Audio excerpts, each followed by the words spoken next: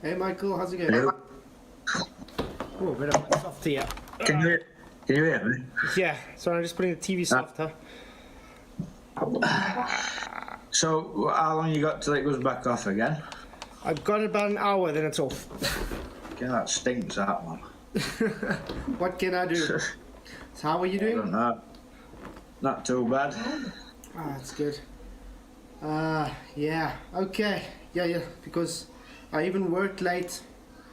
So it's like literally just getting set up here so I can get everything going. I was thinking of doing the debunk number part 3 of Not a Professor Dave. Yeah. So yeah, I think I'm going to do that. Hey everybody that's joined, thank you for coming. Hope you are doing well.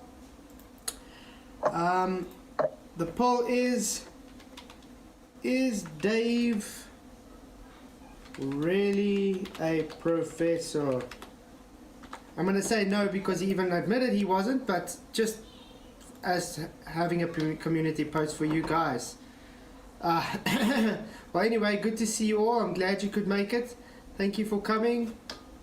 Hi Michael, thanks for being in the Discord. How are you doing today, sir? I'm good, bruh. Are you? That's good. Are we ready to go through the debunk of Not a Professor Dave part 3? Yeah. Okay. If you guys haven't realized already, I've changed the chats to only subscribers can chat. So yeah, let's do it that way because I am tired of the trolls coming in my troll and trolling the chat and they're not even subscribed. So if you don't even have the decency to subscribe, then you don't have the right to chat here. Cool, understood. I think that works well. Okay, let's... Well, we're off to a good start. There's no trolls yet, so... Yeah, like I said, because I changed it to subscribers only, so you have to be subscribed for a minute before you can chat. Because we get overrun with these trolls, and yeah, I'm tired of that. So if they just want to come and troll, they don't even have the decency to even just subscribe, then they got no right to chat, do they? Well, I've hardly had any trolls lately, and I've banned them all. Yeah. Hey Jeff, good to see you. Thank you for joining. Hope you're doing well. Today we're deciding we're going to do some number 3 of the Flat Earth Debunk. Flat Earth Debunk. I mean, Professor Dave explains debunk, because he's not really a professor, and I thought, yeah, let's just go ahead and debunk him further. This is his number 4. How can our atmosphere be next to a vacuum? Oh, yeah, let's see what he has to say about this. Number 4. I think it's quite quiet. You are all quite perplexed about how Earth's atmosphere can exist next to the vacuum of space. This one is rather amusing because what's happening is that since you have no science education, your only context for the word vacuum is a vacuum. Do you guys really see what he already starts off with there? Telling us what we know and what we don't know, and secondly, trying to equate this, a vacuum cleaner, to the second law of thermodynamics violation. Sorry, Yeah, your straw man... And also making out that people are uneducated as well. It's shown that in there, hasn't it? Exactly, but this is all this guy does. Dave Farina just goes and strawmans everyone. That's all he does. That's practically how he gets done in life, is strawmanning arguments and then attacking it. And because the Globe believers think he's an actual professor, which he isn't, and they don't actually know the arguments, they just take it as fact. It's self-admitted that he goes to people for answers his sense. Obviously he's uneducated as well. Yeah, the thing is, I was trying to explain to someone today, or was it yesterday? He works on a script. If he doesn't have his script, I don't even think he understands half of the things he presents on his channel. Because if you actually watch some of the debates he has, he's not actually a debater. He's literally just ad homs and strawmans and red herrings. That's all he does, the whole debate, every debate he has. And then he thinks he wins. Yeah. It's actually sad. But yeah, that's very sad. That's practically what that's his whole persona. Okay, let's carry on. cleaner. And again, because you have no science education, none of you understand how a vacuum cleaner works. No science education again, telling us that we have no science education, yet there are so many flat earthers that have PhDs and doctorates and professors. And how about people that used to work for NASA? I'm sure there's flat earth NASA employees, correct? So, if there were people that actually I'm still on one screen, Flatzide, so if I want to type in chat, I have to move. No, don't stress, dude. Like I said, I'm just going through this until if you guys do see the just cuts out all of a sudden, you know the power has gone out. Sorry, but yeah, I'm working through the power delays and load sheddings and stuff in South Africa. Is very hectic at the moment. So hopefully the stream will at least last an hour. Okay, let's move on. Which is a problem, because you seem to think that outer space is a vacuum cleaner. Let's take a moment and clear this up. A vacuum is any region where there is no stuff. Here, there is stuff, like air, in space. First of all, it shows vacuum cleaners there. Nobody says there's vacuum cleaners there. They put a vacuum cleaner there to make fun of your globe. It's not that we literally say there's a vacuum cleaner there. This is much more of a vacuum than that down there. This is 10 to the minus 17 tall. We cannot even replicate that on Earth. The Sandusky vacuum chamber doesn't even come close to it. So, that already shows your argument has no hold of anything. There's stuff there, but it's so minute, there's hardly anything. So, one thing you got to get into your mind is that system is a separate system to that. Because they are separate systems, entropy will increase. You will have dispersal. The arrow of time does happen. You will have the gas in the system dispersing into the available system because it's two separate systems. Space, there is no stuff, or at least very, very close to no stuff. Space is essentially empty. That's a vacuum. It is not a thing that sucks. No, it definitely doesn't suck. The only thing that sucks is your argument. Huh. The gas, if this is, let's say this was the container and it was closed. There was gas inside it. This would be a separate system. The gas in there is bouncing all around at high velocities in every single direction. If I had to make an opening, it will bounce out and disperse into the available volume. That's how it works. So if this was an open system, there would be no gas pressure. The gas we breathe in this system would fill the available space. Hence, if space was the vacuum of space, which is space, available volume, we wouldn't have air to breathe. Vacuums don't suck. Everyone say it with me together. Vacuums don't suck. Professor, not Professor Dave, makes a straw man argument. Vacuums don't suck. No one says they do. Earth's atmosphere displays a gradient because gravity exists. Sorry, Dave. Earth has a gradient not because of gravity. Gravity has no effect on the direction of gas. You should know this if you actually claim to be a professor. Secondly, gravity is not a force, so cannot cause acceleration or do anything physical to physical movement. There's a lot of atmosphere right near the ground, and then as you rise, because fewer and fewer molecules will have enough kinetic energy to go so high, it gets thinner and thinner and thinner. Ha! I like that. So, where is the most of the molecules? There by the ground, where there's the largest surface, where there's everything is actually created, where all the gas is accumulated and hitting all over the place, and the densest of the gas. Doesn't pressure gradients come after gas pressure? So, Professor, not Professor Dave, I'm going to ask you this like everybody asks you probably. Where is the containment? Because we all know without containment you cannot have gas pressure. That is what gas pressure means. It's the force exerted by the gas on the surface wall of the container. We have gas pressure, therefore we have a container. We have containment. Gas pressure gradient comes after gas pressure. I'm sure that's made it very clear. Till there's none left. Then you're in space. It's that simple. Number Okay. It's that simple, guys.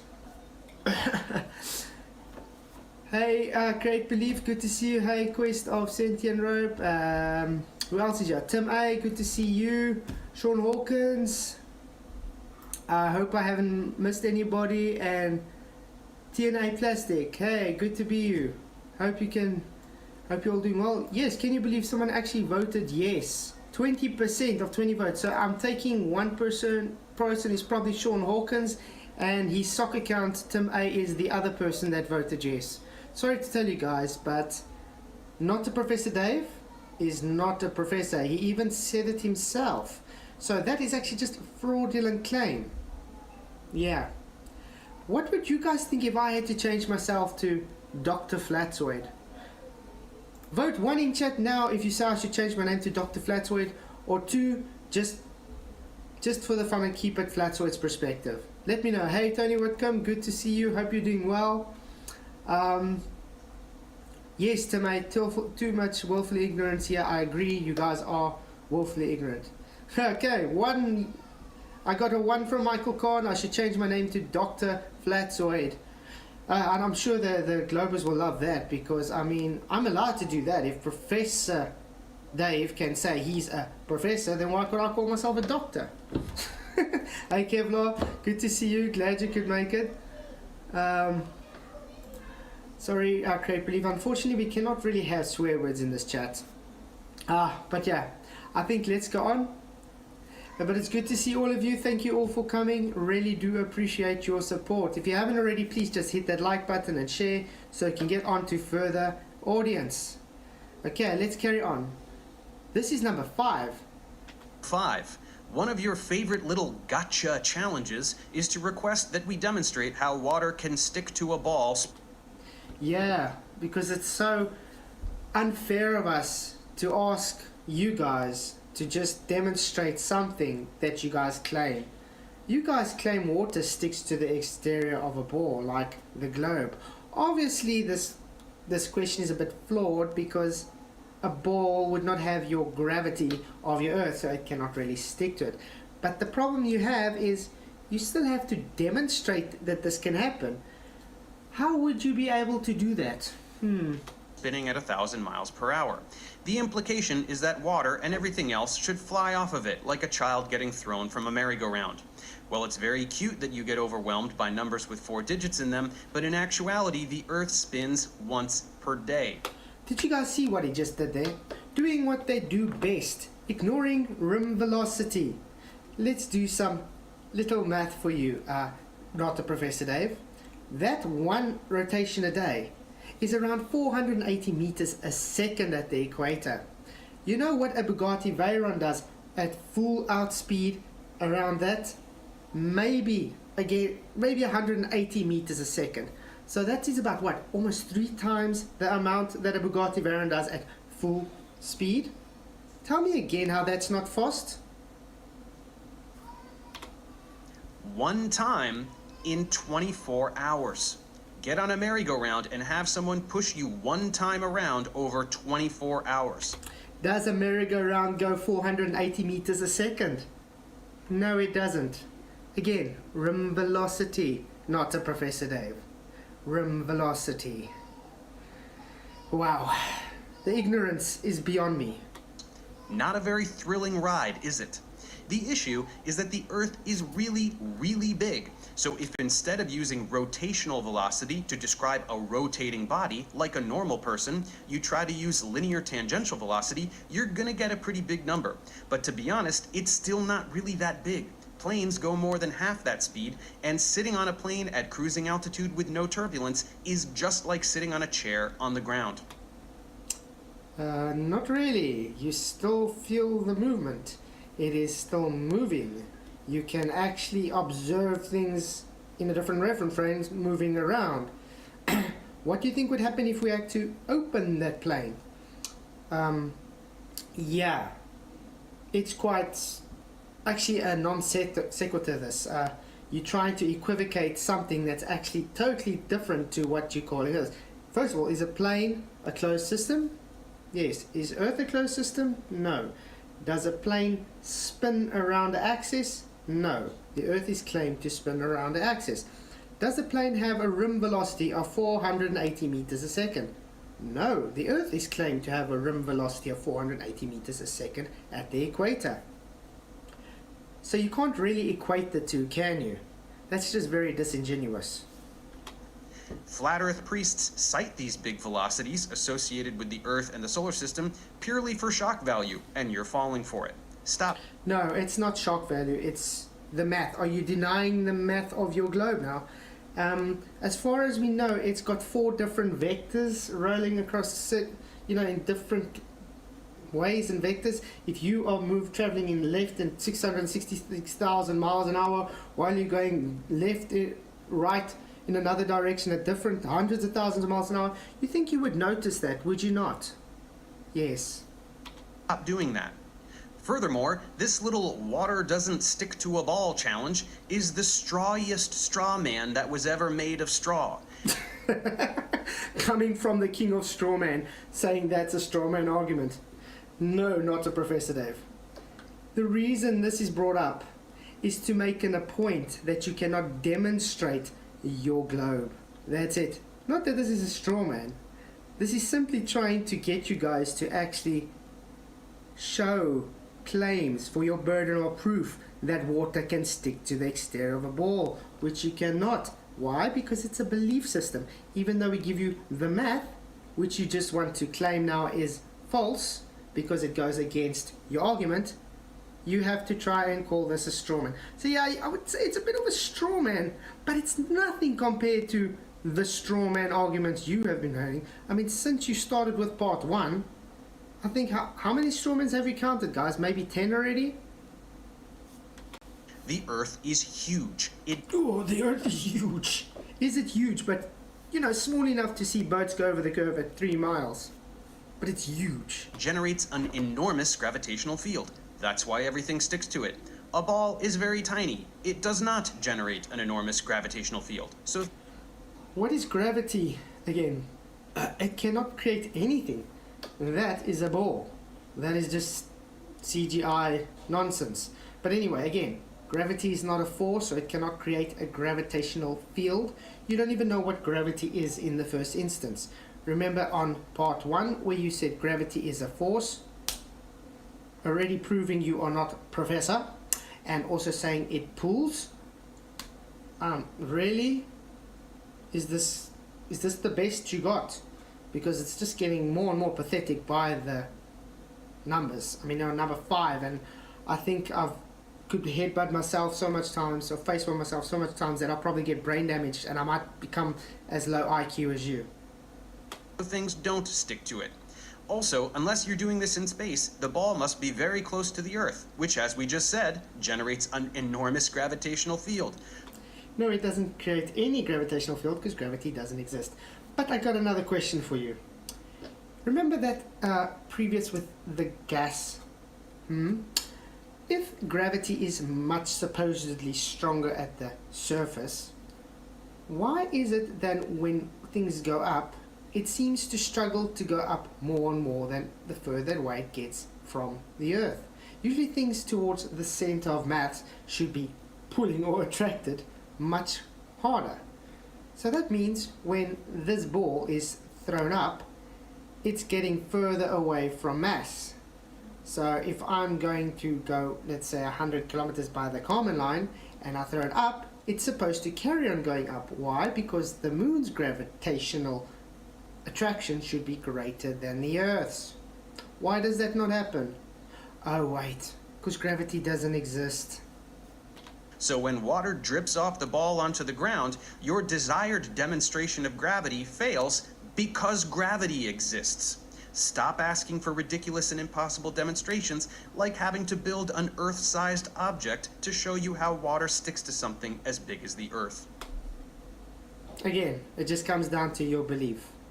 This is you trying to make an excuse why you cannot demonstrate your belief. 100% agree with you when you say that's a nonsensical argument with the ball and the water. But again, instead of saying that's a straw man argument, just go and demonstrate your belief. Show us water sticking to the ball. Yes, sir. Can you show the video where not a Professor Dave tells everybody that he's not a professor for clown shows in chat? Oh yeah, well sure. Let me just find it quickly. Because there's a guy in chat claiming he's a professor, like. Is there? Yeah. Okay, let me quickly find it for you. So they don't believe us.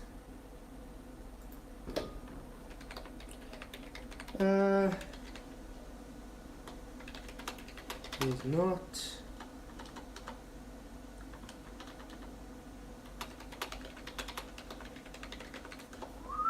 I'm just looking for it quickly. There we go. Are you a real professor? Is it showing on screen? Okay, everybody. Ask Professor Dave number 2. Are you a real professor?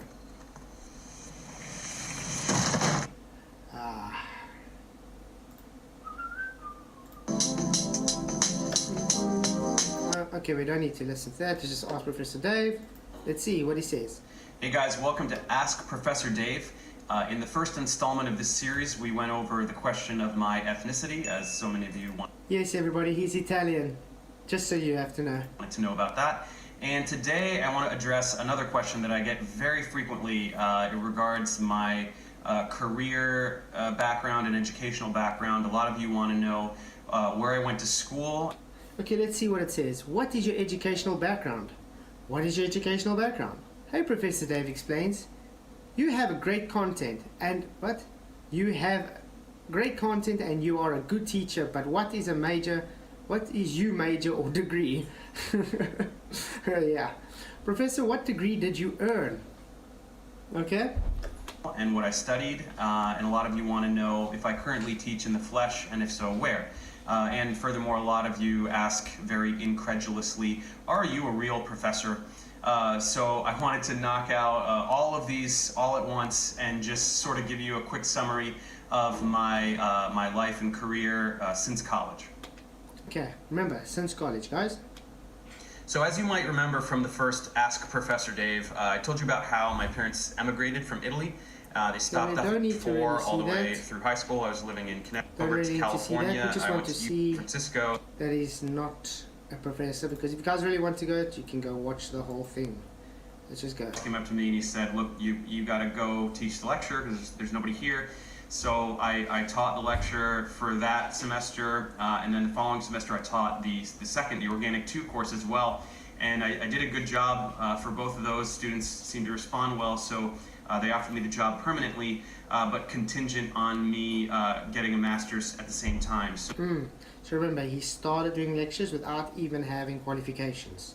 So I went over to Cal State Northridge to give a second shot at a master's degree in chemistry, and I did that for a few years. I was researching and studying over at CSUN, and all the while teaching this organic chemistry course, which I did for a few years. So I think about 8 times I taught the course. Hey, I think we're getting to the point. He's not a professor. So I really honed that material. I got good at explaining that material, but through a bunch of bureaucracy, quite frankly, I lost that job. Why do you think he lost that job, guys? Through bureaucracy, he says. Makes one think. And along with it, the funding for my master's program. So I had to withdraw yet again from the master's program. Yet again.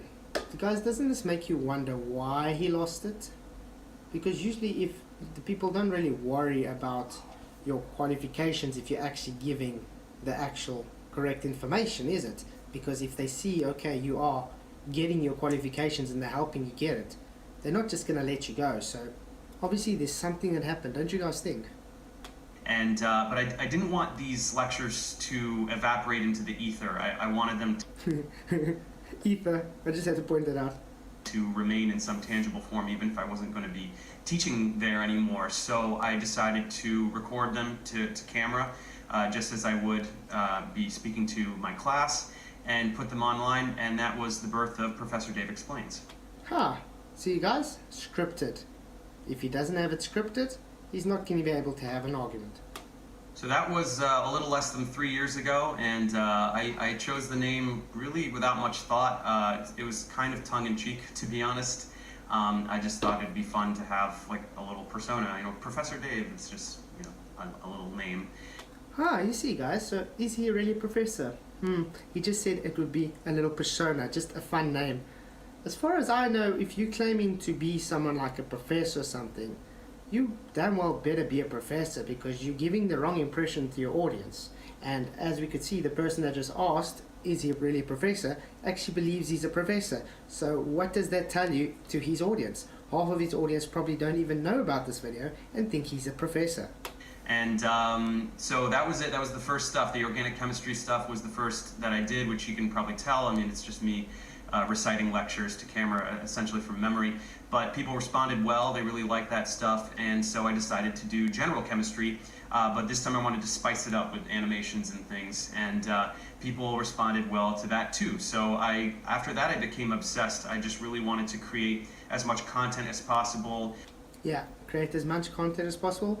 And that's one thing I gotta give it to him. He's got a big successful channel, so congratulations on that, Professor Dave. But I still think it's wrong that you call yourself Professor Dave. Cover as many subjects as possible with the limit of really covering everything there's to know. And I'm back in school for a third attempt at a master's degree. Back in school for the third attempt at a master's degree, but yet he calls himself Professor. Do you guys see the irony of that? The third attempt at a master's. Third. Not uno, dos, tres. This time in science education, so it's a little bit different. And I'll be done in the spring, but to be honest, I really don't have any desire to go back to teaching after that, because I'm doing this full time. I sit literally in this room like 60 to 70 hours a week pumping this content out for you guys.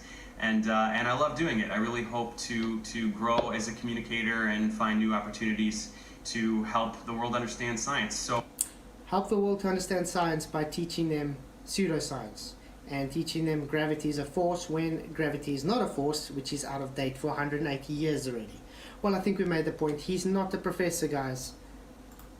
Yeah. Does that answer your questions, guys? Michael, what did the guy say about that? Does he believe us now?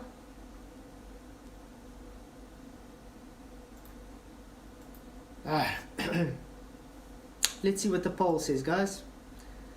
Is Dave really a professor? 17% still say yes, 83% say no. That's what sounds jealous. No, Sean, I don't sound jealous. I'm a realist. I'm simply, literally just telling you the guy is not teaching the correct physics to you guys, which is proven. Yes, exactly, and I'm not the one calling myself a professor. But I think I did see a few ones saying I should change my name to Dr. Flatsoid. So I think for a joke, I might change my name to Dr. Flatsoid for a while, and we see how triggered the guys get. Because that is usually what happens. Why is it's okay for a glow believer to lie about their profession, but if, let's say, a flat earth is going to go and say, listen here, Dr. Flatsoid, they're going to go and say, oh, you're a fraud. Yeah. Oh, really? Is that true? I can't get 5th grade math. Okay. Then why is it that my math is much better than this one, huh? Weird.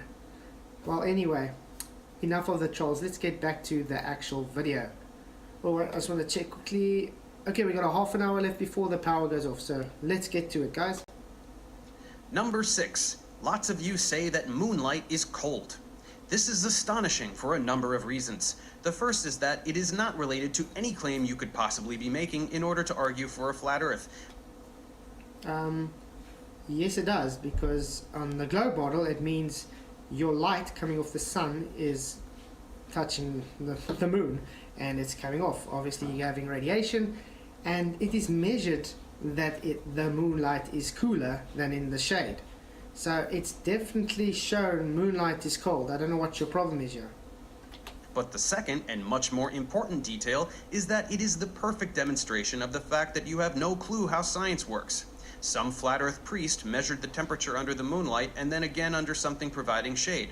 Wow, moonlight makes it colder. But does it? Shouldn't you add some element of control to Yeah, let's listen. What's the control, guys? your experiment? What's a control, you... Sorry, what experiment? Did anybody even say an experiment here, or did they give a hypothesis even? As far as I know, it's just a claim. Moonlight is colder. It gives off cold light, and that already alone shows colder light, does it not? Because the shade, it blocks the moonlight, so it's warmer than in the moonlight. But again, what science? Who said anything about a hypothesis? You ask. Fair question. You see, your measurement isn't evidence of anything. You now have to repeat the experiment when there is no moonlight to make sure that the moonlight was indeed the cause of the discrepancy in temperature. Do you guys get the idiocy of this? This is... Okay. Dave, without moonlight, you cannot make measurements. You require the moon's light to make a measurement. Otherwise, you will not have any measurements to make. Do you understand that?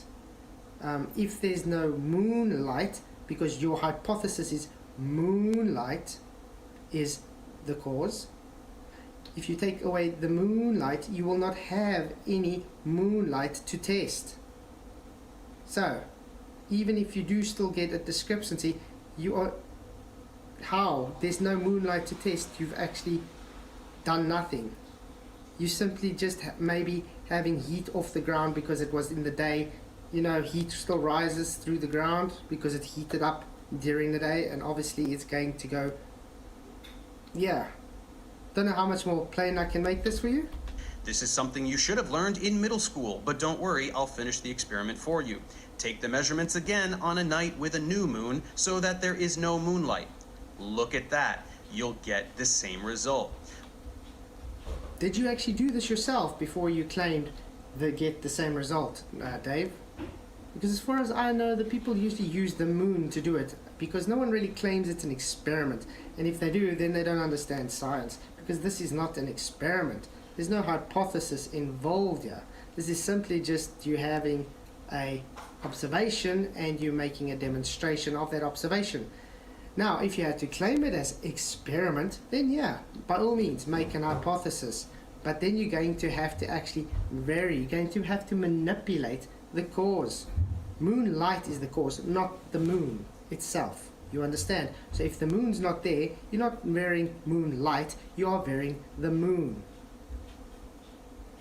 So the moonlight absolutely wasn't the reason for the discrepancy in temperature. What was the reason? Well, that thing that is providing the shade from the moonlight is also trapping in heat that is... One problem there, Professor Dave. If you have a tree or something, let's say it's quite high, it's not trapping that heat in there, is it? That heat is going to be far dissipated before it even picks up. Obviously on your little table, yeah, it's quite low to the ground, it might have a problem.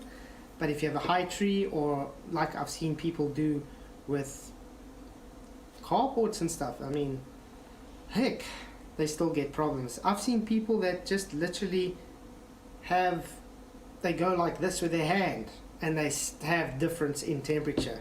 Are you telling me the heat all of a sudden just got trapped by their hand like in that 2 seconds that they measured it? I don't think you really thought this thing through. Emanating from the Earth while it faces away from the sun. So, case closed. I'll link to at least one empirical demonstration of this fact in the description below. See how important it is to know how to do a science experiment? See how important it is to make straw man of calling it a scientific experiment when no one does so? Maybe you should actually learn science rather than just repeating what you hear on flat earth videos. Maybe you should actually not call yourself a professor if you're not a professor. Number 7. Many of you say some unintelligible nonsense about water flowing uphill, or that on the globe model some rivers flow uphill. This one is so stupid that I genuinely can't believe any human could fall for it. Do you know why they asked this? Let me guess. Is it because you guys claim to have a bulge or a curve? So every place is tangent to your feet. So if I'm standing on the bulge this side and Mike is standing on this side, its tangent is this way. It's going to be flowing up to go down the other way, and it's going over the bulge. So in other words, it would be water flowing up. We do not see this because why? Water only flows down. It's denser than the air, so it's going to follow the density ladder. It's going to follow the topography down.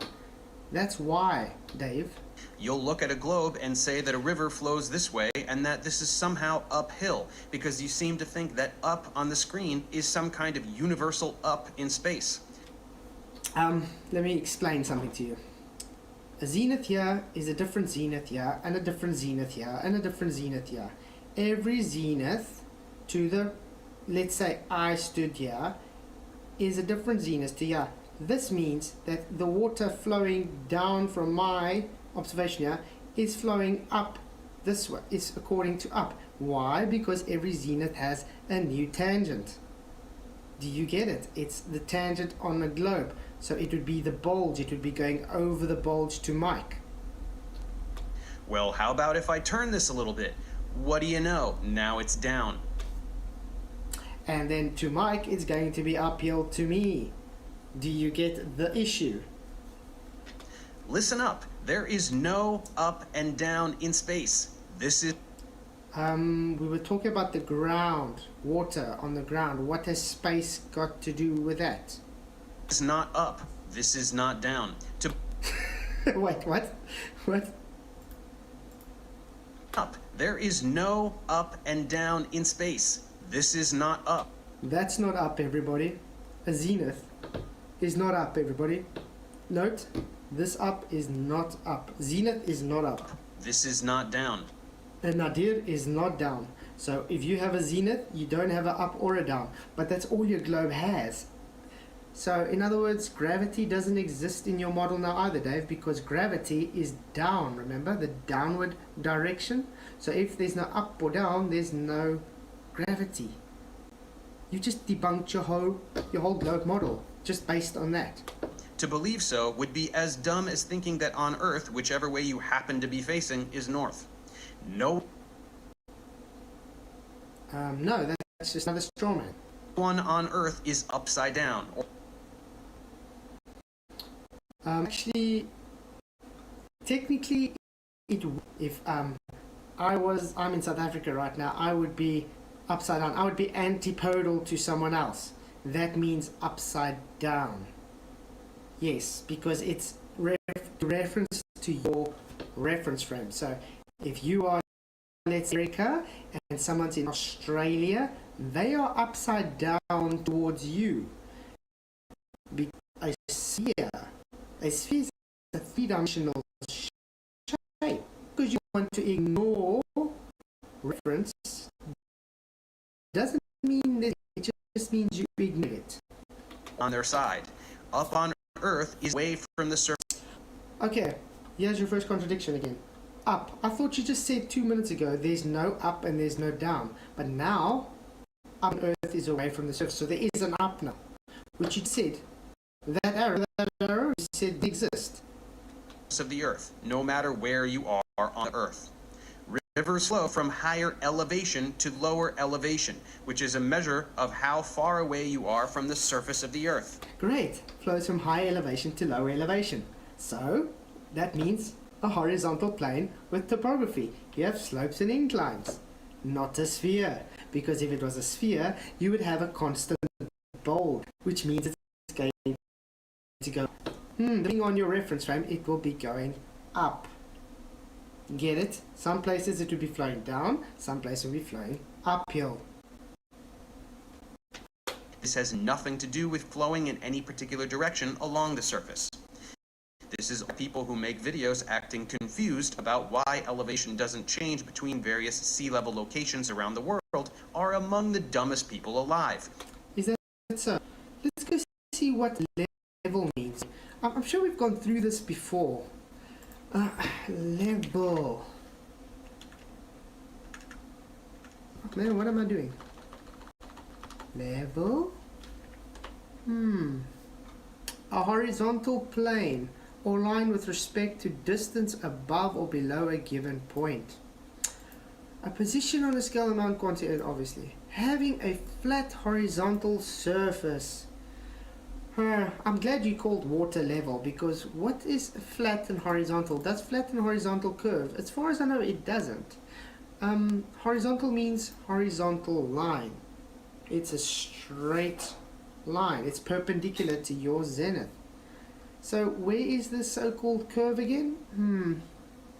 Give a flat and even surface. So level, again, is not your globe. Okay. Let's carry on. This is sea level. This is sea level. This is above sea level. This is above sea level. That's what elevation means. Level is 0 degrees. So mean sea level is 0 degrees. So if I have 0 degrees there, and I have 0 degrees there, and I have 0 degrees there, and it's level, which is a horizontal plane, which is flat line, it means not a globe. Just because you draw it on a globe, which contradicts what level means, does not make it a globe. It just means you're a religious zealot. Yes, which ignores what horizontal means, which ignores what level means. The last time I checked, when someone builds a building, they don't go and make a curved level. They literally go and make a horizontal level, because that's what level means, a horizontal plane. Learn the definitions of words before you try to use them in a sentence. Did you guys hear that? Let's see if he actually understands what he just said. Level. That's what elevation means.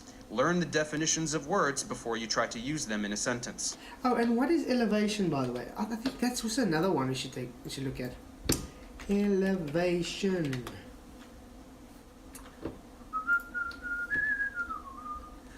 Let's see. Height above a given level.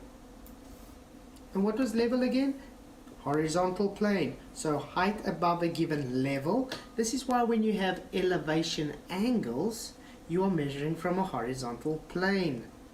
You know, like a sextant. A sextant uses horizontal planes to do measurements. Yeah. Hey Godzilla. Hey everybody that's just joined in. Good to see you. Yeah, I'm releasing a video on FTFE later tonight, so hopefully, otherwise tomorrow morning. Probably tomorrow morning, because the electricity is about to go off in half an hour. But it's good to see you. Thank you everybody for coming. Oh, someone sent a super chat. Hey Godzilla37, thank you for the super chat. A whole $14, dude. I cannot be grateful enough to you. Thank you very much. So all of you have to do is like constantly to Fools, and your channel could grow as big as Dave's. Thanks for the show, fans. Thank you, Godzilla. Really do appreciate the super chat. Exactly. The reason he grows so much is because he needs to lie. It's as simple as that. You just let the people hear what they want to hear, and you will grow. Hence why us truth seekers don't grow as fast, because we actually challenge people's cognitive pain. They cannot take being challenged with their everyday lives because they have a belief. It's as simple as that. Again, thank you very much for your super chat. Really appreciate it. Hey Nathan, good to see you. Also to point out, the globe is not measured, it's calculated. There's a difference between calculation and measured. Yeah, globes are a joke. Its supporters are fools. Think I'm wrong, give me one, just one globe proof. Yeah. So since everybody voted, I'm going to be changing my name to Dr. Flatzoid. I think that's going to be quite a cool name to go on from now on. And if they want to tell me I'm fraudulent, I'm going to say, hey, it was voted in, and since you can think Professor Dave can call himself Professor, I'm going to call myself Doctor. You guys rock. Okay, so let's go on. Elevation shows level, and level means horizontal plane. Onwards. Number 8. Many flat earthers remain dumbfounded by the idea that the Earth is slightly closer to the Sun in winter than in summer. No. The Sun is over the horizontal plane, so yeah. But this should just be interesting. Let's see what you say, because yeah, in your globe model, the Sun is actually further away in the summer than winter in the north, as far as I know. So that goes against how it's supposed to work on your globe.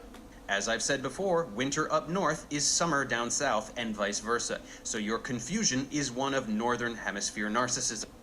No, it means because you got a tilt, it will be further away and closer.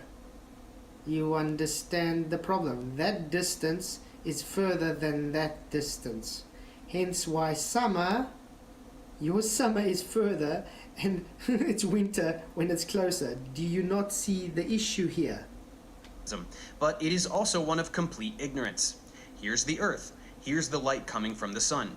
Look at this portion. It hits the Earth straight on. Okay. Let's just go along with this for a while. Look at this portion. Because of the curvature of the Earth, the light hits the surface at an angle and is therefore distributed.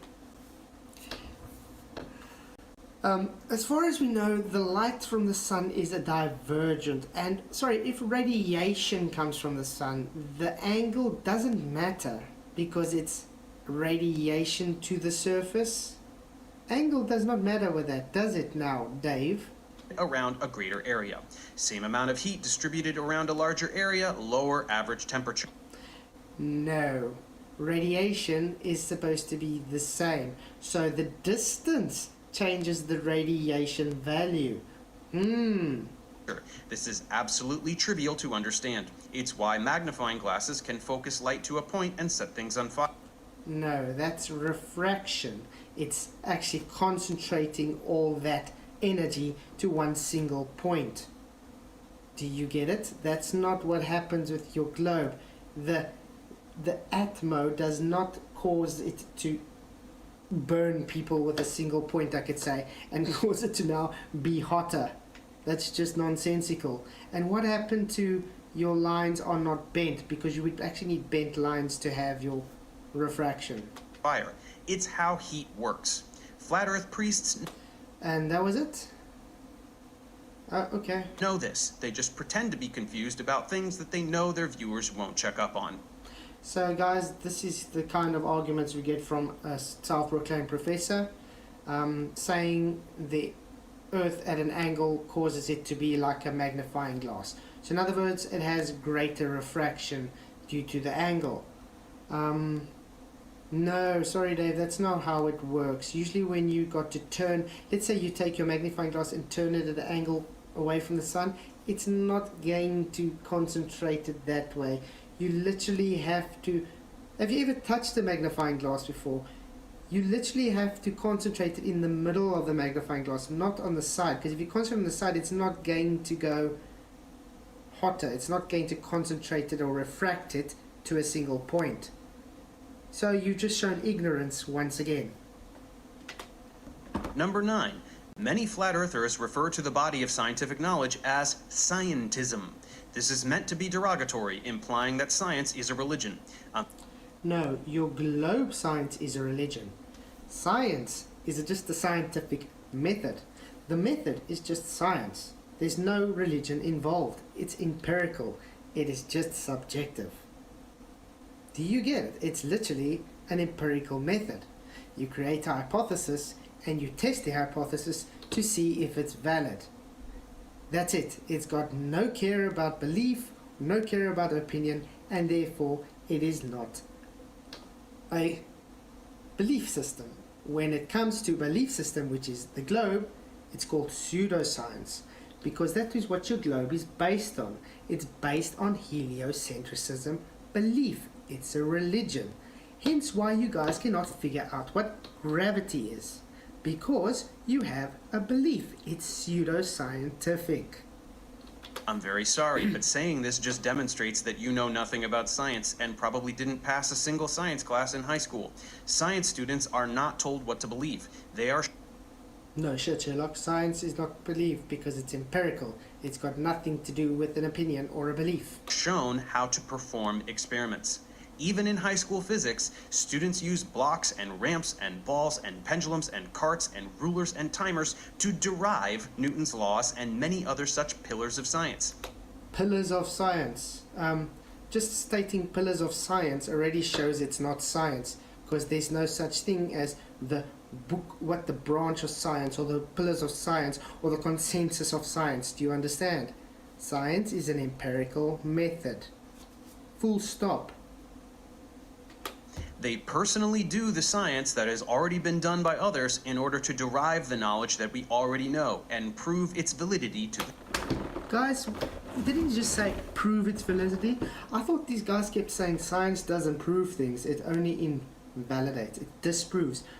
But let's quickly go back again. I'm sure he said it proves its validity. Let's go. We already know and prove its validity to... Ooh, wait, let's go again. To derive the knowledge that we already know and prove its validity to... Wait, one more time, guys. In order to derive the knowledge that we already know and prove its validity to... So science proves things now, guys. So yeah, every time an anti-flat earther is going to say science doesn't prove things, your Professor Dave says it does. Okay. Themselves. This continues through college and then on into graduate school, where students do their own research and figure out things that no one else has done yet. So using the word scientism only serves to disqualify you from adult conversation regarding science. No, it just shows you do not understand the difference between pseudoscience and science. Pseudoscience is scientism because it's a belief structure. Science is empirical. It's only subjective. There's no belief in it. The globe is pseudoscientific, therefore scientism. In actuality, it is quite clear why you adopt this viewpoint, because you just accept whatever you hear if it's what you want to believe. This Is that not a contradictory statement? Sorry, but since when was gravity ever scientifically proven? Never? That's maybe why, because they had Newtonian gravity, which was debunked. Then they had Einsteinian gravity, which is now also debunked, and why they're pushing now entropic gravity, which is also soon to be debunked for quantum fluctuation gravity. This is really weird. If it was science, you wouldn't need to change it every time, because science proves hypothesis. If your hypothesis is proven, no matter what it happens, that hypothesis will always stay true. So if gravity was proven as a force, it would always be a force. But no, what happened? Einstein came along and said gravity is not a force. So now you guys said that proves it, and now disproves Newton. So Newton wasn't science in the first instance. And now because Einstein is being proven wrong, thanks to entropic gravity, the same goes vice versa. Now it's going to quantum fluctuation gravity. What does that tell you about your science? It tells you it's pseudoscience. It's just scientism. It's a belief. It's a religion. This is why your beliefs are baseless. Since you are incapable of doing anything other than repeating what you are told, you assume that others are doing the same thing, but they are not. Those that are educated in the sciences understand how things work. Sciences. Would you please elaborate for us? What is the sciences? Because as far as I know, science is a natural observation. So when I make a natural observation of something and I create a hypothesis to try and validate what I observed, the cause for the effect, that's what science is. But what sciences are you talking about? Let's for instance, because it's kind of hinting to technology, because I see a lot of technology. Technology is not science. You can use what you learned in science to better technology, but technology is not science. Just had to point that out. And use this information to build technology, such Okay, at least you got that right. Use this information to build technology. as computers and the internet, both of which you use to claim that the science that produced them isn't real, in a display of irony so thick that you could cut it with a knife. Sorry, did I just hear that right? You have science which creates the technology, like I just said, and then telling us we're claiming it's fake. No, we're claiming your pseudoscience is fake, not the science. Heck, you guys haven't even been able to give us one hypothesis for astronomy. Where's your hypothesis and validation of those hypotheses? By the way, Dr. Becky, I'm still waiting for you to come back to me on the question I asked you maybe 6 months ago, and I'm sure there's a few other flat earthers that asked you questions as well that you're just ignoring. Weird. If you're such a brilliant physicist and astronomer, You would think you would be able to just give us one hypothesis. And to wrap things up, number 10, the pièce de résistance. Okay, I think before we go into that one, let's just look how the comments are going. How is it going, everybody? Yeah, it's good to see you all. Thank you all for being here. I'm very happy you all here. Funny how the second law of thermodynamics is specific, but gravity has never been a law and has been displayed on a reality level. Exactly. Hi Tom Buddhas, good to see you. Thanks for coming. Hi everybody. Yeah, don't really worry about the trolls, guys, but unfortunately the trolls are part of the package. Yeah, let's see. Let's go to the poll. Is Dave really a professor? After 45 votes, yes, say 17% and no 83%. If you guys haven't realized enough, we actually showed a video where he said he's not a professor and he actually had to try and get his master's 3 times. Really odd for someone claiming to be a professor that had to struggle to get their master's 3 times. I wonder if he's got his master's now, probably, but we don't know, we'll see. But I just find it odd that you get taught, you are used to lecture, and then you get laid away. They had to actually tell him to go. So obviously something happened, and because he had to try and study for masters 3 times, doesn't really sound very kosher, does it? I mean, usually when you go and you do your PhDs and doctorates and masters and everything, you're gonna usually do it the first time if you really want to be claimed to be successful. I mean, I don't really know any professors that had to try 3 times to get a master's, did I? Doesn't make sense. Just pointing that out. The claim that we have all been indoctrinated, that we have been brainwashed by schools, by the government, by NASA, by Freemasons, by Hollywood. Take your pick. Well, as I have demonstrated in this clip, you all say the same exact ridiculous things word for word. No, all you've demonstrated this whole series is you don't have an understanding of the arguments you present. You just do straw man and red herring fallacies, and you simply don't even understand your own model. Second of all, yes, you are indoctrinated, because I remember when I was at school teaching me about gravity and space and not actually teaching you to think logically. If you are trying to think logically for yourself, you are moved to the back of the class or in trouble, because you have to think how they teach you to think and what to think. That's called indoctrination. Do you understand what indoctrination means? I think let's actually go look up the word.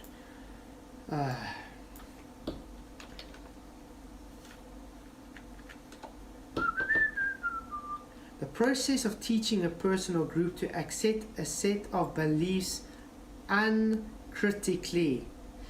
What does a school teach you today? Yanni, we gone to space. Doesn't matter. Do you think we've gone? This is how it should be. Yanni, apparently we went to the moon in 1959, but to do so we had to ignore the second law of thermodynamics.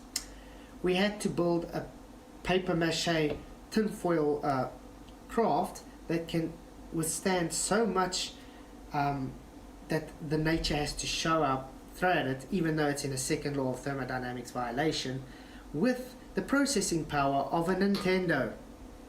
And yet today, over 50 years later, we cannot even get someone past low Earth orbit. That is... Yanni, don't you think we should think about this logically to see if someone really went to the moon? That is what they're supposed to be teaching. That is not indoctrination. That is called critical thinking. What do they teach you? No, they go and teach you, Yanni, we went to the moon 50 years ago. Don't think what other people care. Don't care what other people think. We literally went to the moon. You know why? I saw it on TV. President Nixon phoned him on a landline. They said they were on the moon, so therefore we went on the moon. No. Don't bother with the people that say we never went to the moon. Why? Because I'm the teacher. I told you we went to the moon. Your book says we went to the moon. That's indoctrination. Exactly. The trolls actually subscribe to post. Thank you. I really do enjoy this thing. Okay, so let's carry on looking the last bit of what he has to say. What? Oh, guys, it's about the power's about to go off, so we better get this done quickly. Like you're reciting the oath of the Flat Earth Fraternity, so it's a rather silly accusation to be throwing around. The fact that you all say the same things is not surprising in the slightest. What do you do when you want to brainwash someone? You tell them they have already been brainwashed. That's what Flat Earth priests do. No, I just explained to you when someone's been brainwashed. To tell someone they've been brainwashed doesn't mean you trying to indoctrinate them. You're telling them the truth. You have been brainwashed, therefore you have an issue. Let me show you have an issue so we can work through it together. That's not called brainwashing you. That's called waking you up. Do you understand? You know that's how indoctrination works. When you try and defend your indoctrination, that means they successfully indoctrinated you. Okay guys, I don't think I'm going to be able to finish the last few seconds because, like I said, the power is going off in literally 5 minutes. So yeah, really awesome chat. Thanks for being here, really enjoying this. I 100% agree, Tom. I also can't listen to that guy anymore. Yeah, so that comes to the end of that series 3, part 3. I hope you guys did enjoy it, because I enjoyed the series at least. Yeah. So yeah, if you guys haven't already, please just do hit that like button and share. It really does push it out to more people. Tomorrow morning I will be releasing a video on Fight the Flat Earth. It's just a quick little one I made today while at work, because I couldn't believe the argument he gave.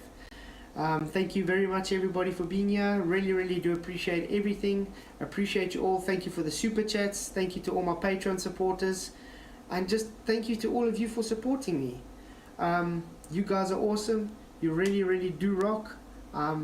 Yeah, I got nothing more to say than just the utmost humble thank you for all you guys for being here and supporting me. Even you trolls, thank you for subscribing, even just to chat.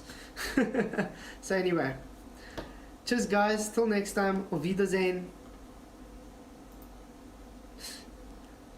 Yeah, and if you haven't already, just maybe click, I think it's